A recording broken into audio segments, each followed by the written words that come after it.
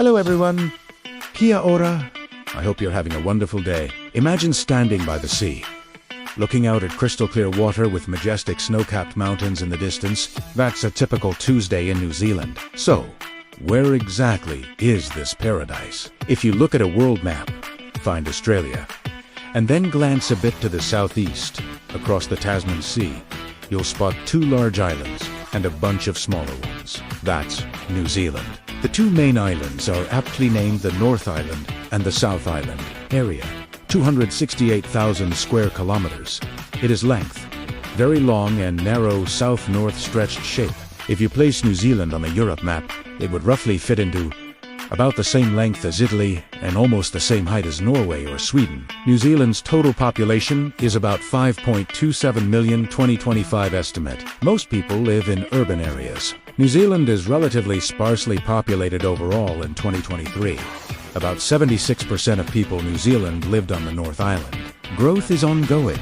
Some regions, cities for example Canterbury, which includes Christchurch, recently saw population increases. New Zealand has about 3.7 million beef cattle as of 2024. In addition, there are millions of dairy cows. Estimates suggest the dairy herd is in the several millions, a large share of the national cattle herd. Dairy, beef and sheep farming are a major part of the economy, especially in rural regions such as Waikato, Canterbury and Taranaki. Farming helps supply local, fresh food and supports rural employment and exports. Many New Zealand citizens live or work abroad. It's estimated that around 700,000 to 1 million Kiwis live outside New Zealand. Of those, a large portion, about 600,000 to 670,000, are living in Australia. New Zealand has a parliamentary democracy and a constitutional monarchy. The head of state is the king, represented locally by the Governor-General, who performs mainly ceremonial duties. The head of government is the Prime Minister, who leads the executive branch. The national legislature is a single-chamber parliament, the House of Representatives, elected every 3 years. New Zealand uses the mixed member proportional MMP voting system, which often results in coalition or minority governments. The courts are independent, with the Supreme Court as the highest judicial authority. New Zealand is packed with famous landmarks. Think of the stunning Milford Sound with its dramatic fjords, or the geothermal wonders of Rotorua. It operates as a parliamentary democracy and a constitutional monarchy. Much like the United Kingdom, if you're coming from Australia, the quickest and easiest way to get here is by plane.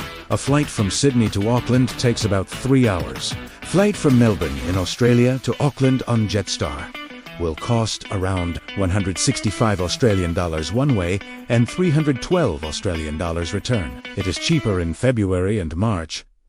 Airlines fly direct to New Zealand are Qantas, Etihad Airways, Singapore Airlines, Virgin Australia, Air New Zealand, Emirates, Air China and Finnair all fly direct to New Zealand.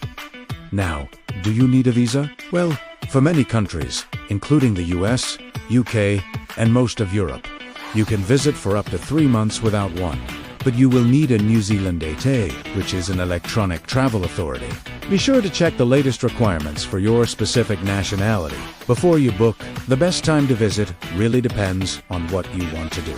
For sunny beach weather, come during the summer, from December to February. If you're into skiing and seeing those snowy peaks, winter, from June to August, is your best bet. Let's talk about the cities. Auckland, the largest city, is famous for its stunning harbor, iconic sky tower, and the fact that it's built on a volcanic field. It's a vibrant, multicultural hub. But it's not the capital. That honor goes to Wellington, located at the southern tip of the North Island. It became the capital in 1865 because of its central location, making it easier to govern both islands. Down on the South Island, you'll find Christchurch. What makes it unique is its English heritage, beautiful gardens, and incredible resilience and creativity shown in rebuilding the city after major earthquakes. New Zealand boasts a world-class education system, with universities that rank highly on the global stage. Its healthcare system is also excellent, offering Hekualapu public care for residents. Major hospitals in New Zealand based in Auckland are Auckland City Hospital, Wellington Regional Hospital Wellington, Christchurch Hospital in Christchurch, North Shore Hospital Auckland, Middlemore Hospital Auckland, Hawke's Bay Regional Hospital Hastings. Getting around is pretty straightforward. Major cities have reliable public transport, including buses and trains, and for longer distances. Domestic flights and coach services connect the country efficiently. Ready for an adventure? You have to visit the national parks. Fiordland National Park is home to the breathtaking Milford and Doubtful Sounds. Abel Tasman National Park offers golden beaches and turquoise waters perfect for kayaking. For the best hiking and mountain views, head to Mount Cook National Park or the Tongariro Alpine Crossing, a world-famous day hike across a volcanic landscape. It's no surprise New Zealand is called the adventure capital of the world. This is the birthplace of commercial bungee jumping. The main provider in Auckland is AJ Hackett Bungee, New Zealand. The main location is Auckland Harbour Bridge, specifically West Haven Marina, Herne Bay. This jump is unique globally. It's the only harbour bridge, Ocean Bay style bungee. You leap from under the harbour bridge and optionally dip your head toward the water below. Requirements and practical information. Minimum age, 10 years. If under 14, must be accompanied by an adult. Minimum weight, 35 kilograms. Maximum around 150 kilograms for single jumpers. You need flat, secure, enclosed footwear. For safety or comfort, layered clothing recommended, especially if weather is cold. Jump slots run daily except some holidays. As of recent info, departures around 9 a.m., 10:30 a.m., 11:30 a.m., 1:30 p.m., and 2:30 p.m. Why? It's a must-do. What makes it special? The ocean touch element under a harbor bridge is rare worldwide, giving a dramatic combo of city skyline, harbor views, and water below. For many people, it's a once-in-a-lifetime adrenaline rush. The jump, the view, the sense of just crazy enough. Trip reviewers consistently rated very highly 4.85 from many travelers. You also get mementos, t-shirt, certificate, optional photos, video to remember the experience. Typical prices for jumping. Adult jump solo. From New Zealand, $260. Student discount rate from $220. Spectators watching, instead of jumping, $20. Photos, video package, optional, extra R, starts at $40. Sky jump is a controlled descent from the sky tower. You step off from 192 meters above ground, 53 floors up, one of the highest commercial jumps of its kind in New Zealand. The descent is cable-guided, not a traditional elasticcord bungee. So, rather than bouncing, you fall smoothly and fast, and slow down near the ground using a braking system. You reach speeds of up to 85 kilometers per hour during the fall, and the overall free-fall section lasts about 11 seconds. The experience also includes access to the observation decks of Sky Tower, so you can enjoy panoramic city views before or after the jump. What to expect, logistics, and what's included. The jump is based in the heart of central Auckland, inside Sky Tower, Sky City area. Easy to reach by transport. After the jump, you receive a jump completion certificate and often a free pass to the Sky Tower's observation deck. There's also Skywalk, a separate walk on the edge. Experience around the outside ledge of the Sky Tower with harness safety lines. For those who want adrenaline, but perhaps not the jump. Who it's for and what it feels like. This is ideal for people seeking an adrenaline rush, but maybe not wanting a traditional bungee jump. The cable-guided descent is smoother. No bouncing, but still gives a good thrill of height and speed. Because you descend under control rather than bouncing, some people find it less jarring on the body compared with bungee. If you enjoy city escapes and want to mix sightseeing plus adventure, the Sky Tower's central location plus observation deck access makes it a convenient, memorable choice. Walk on the edge, experience around the outside ledge of the Sky Tower with harness safety lines. For those who want adrenaline but perhaps not the jump, AJ Hackett Bungee almost the same cost for Sky Tower jumping as well as the prices and requirements. You can also go skydiving, whitewater rafting, caving, jet boating. If it gets your adrenaline pumping, you can probably do it here. The main city with double-decker buses, Auckland, Wellington, and Christchurch. Auckland is the most famous for them because tourists often see the bright hop-on, hop-off double-deckers around the city. Price ticket options for 2025, 24-hour pass, New Zealand $70 adult, $35 child, 48-hour pass, $80 adult, $40 child. There are also family pass pricing options. Blue Route Summary, Blue Route Eden Park, Sky Tower, Prince's Wharf, Auckland Museum and Sea Life, Kelly Tarleton's Aquarium.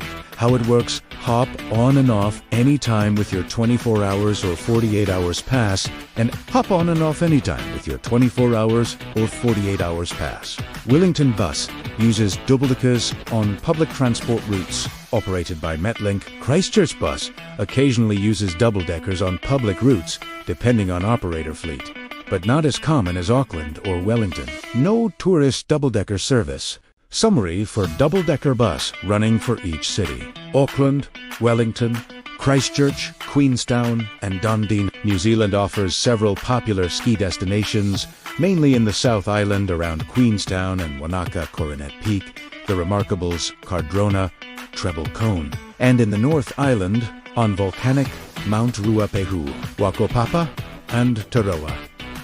These areas provide a mix of beginner-friendly slopes, long descents, alpine views, and reliable snowmaking to maintain good conditions. Ski resorts are modern, easy to access from nearby towns, and offer both scenic and adventurous runs. The peak ski season in New Zealand runs from late June to early October, with the best snowfall and most reliable conditions in July and August. During these months, most major ski fields operate fully. Lifts run regularly, and snow quality is generally at its best for both skiing and snowboarding. Let's talk about the local wildlife. The kiwi bird, a flightless, nocturnal bird, is the national icon. It is so special because it is completely unique to New Zealand and a symbol of the country's identity. You might also spot the cheeky kaya, the world's only alpine parrot, or the rare Hector's dolphin. The country puts a huge effort into protecting its endangered species, like the kakapo parrot and the kiwi, through dedicated conservation programs. For New Zealanders, these animals are deeply symbolic. The kiwi represents national identity, conservation is part of local culture, and wildlife tourism is an important economic feature. People feel a sense of responsibility to protect endangered species through sanctuaries, predator-free zones, and education. Wildlife shapes New Zealand pride, inspires art and storytelling, and attracts visitors, reinforcing the country's global image as a clean, green, natural paradise. The indigenous people of New Zealand are the Maori, whose culture is a core part of the nation's identity. Their ancestors arrived from Polynesia over 1,000 years ago. You'll see Maori culture in the language, the arts, and customs. The haka, a traditional war dance famously performed by the All Blacks rugby team, is a powerful and moving display of pride and strength. When you get hungry, you have to try some local food. A classic hangi is a mastitz, a traditional Mara meal cooked in an earth oven. Don't leave without tasting a good old meat pie, some fresh green-lipped mussels, and of course a pavlova for dessert.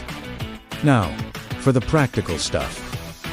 Is New Zealand expensive? It can be, but there are options for every budget. Accommodation ranges from luxury lodges to cozy bed and breakfasts, and a massive network of backpacker hostels and holiday parks for those watching their wallets. Most importantly, New Zealand is considered one of the safest countries in the world for travelers. With low crime rates and friendly locals, the country has a stable, modern economy. Agriculture is a huge part of it. You'll see sheep and dairy cows everywhere. Its fisheries are also vital. In recent years, its GDP has been consistently strong, driven by exports, tourism, and a thriving tech sector. And for all the movie buffs out there, yes, this is Middle-earth. The Lord of the Rings and the Hobbit trilogies were filmed entirely in New Zealand. You can visit the Hobbiton movie set or trek through landscapes that became Mordor or Riven. So, what are the top attractions? The list is endless, but a few highlights would be Queenstown for adventure sports, Fiordland for its natural beauty, Rotorua for its geothermal activity and Maori culture, and the Bay of Islands for sailing and marine life. Why do so many travelers fall in love with this place? It's the combination of mind-blowing scenery, the friendly and welcoming people, the endless opportunities for adventure, and a unique culture that's both ancient and modern. It's a place that feels wild and untouched, yet safe and accessible. New Zealand is more than just a destination. It's an experience that stays with you long after you've left. It's a place to explore, to be thrilled, and to simply breathe. I hope this has inspired you to add it to your travel list. Thanks for watching. If you enjoyed this journey to the land of the long white cloud, don't forget to like, subscribe, and hit that notification bell for more adventures. It is free. See you next time.